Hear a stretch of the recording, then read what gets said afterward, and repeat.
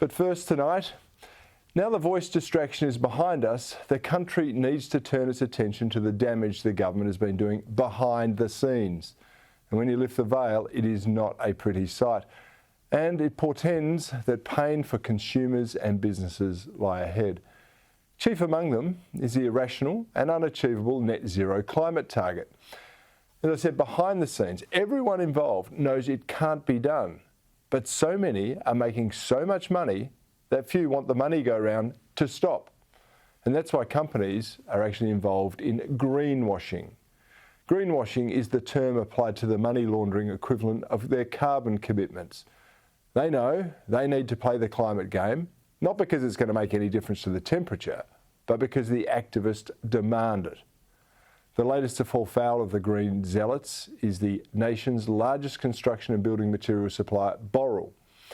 They recently cut their 2025 emissions reduction target from 18% to a more manageable 12 to 14% after struggling to meet their original goals. Now, in doing so, they're just following in the footsteps of oil companies Shell, BP and others. They're doing a U-turn on unachievable climate pledges, and as a result, they're rewarding shareholders and the rest of us who use their products too. And frankly, it's a good move, not just for the shareholders, but for humanity. Because if we want to maintain our standard of living, if we want to continue to prosper and lift more people out of poverty, then we need more oil and gas, not less of it. To pretend that we can replace these essential elements of modernity with wind and solar is just a pipe dream. And that dream is rapidly becoming a nightmare for all Australians. New standards in climate policing were released today. Companies from next year will be required to disclose carbon emissions caused by their employees commuting to work or when they go on business trips. And the Australian Securities and Investment Commission, that's ASIC, they're going to be the cop on the beat, targeting our biggest companies from next year. And then the climate commute policy, that's going to expand to smaller firms. It's going to touch all our lives. But what does anyone think this new bureaucratic nightmare will achieve, other than more paperwork, greater compliance and increased costs, which will be passed on to all of us? I've got to ask you, what business is it of any company how their employees actually get to their place of work? But it doesn't simply stop there.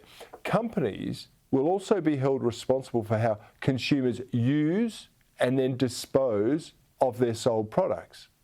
Again, what business is it for a company to know how an end user, someone who's paid their money for the product, decides to use it or decides how to dispose of it at the end of the life?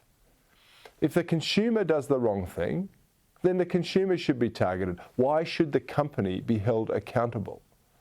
And somehow, maybe I'm cynical, but somehow I doubt that accountability measures like this will be applied to the millions of solar panels and the thousands of wind turbines that are set to become toxic landfill in the next decade or two. Make no mistake, this is one of the most disruptive and destructive changes to hit corporate Australia ever. And if you're in any doubt about that, then this might give you a bit of a clue. The change is so monumental that apparently there's a 3-year grace period from class action lawsuits. And what happens after that? Well, it'll be welcome to the world of climate lawfare. Australia's pursuit of the unattainable is damaging the country, not just in terms of electricity costs and ruined landscapes.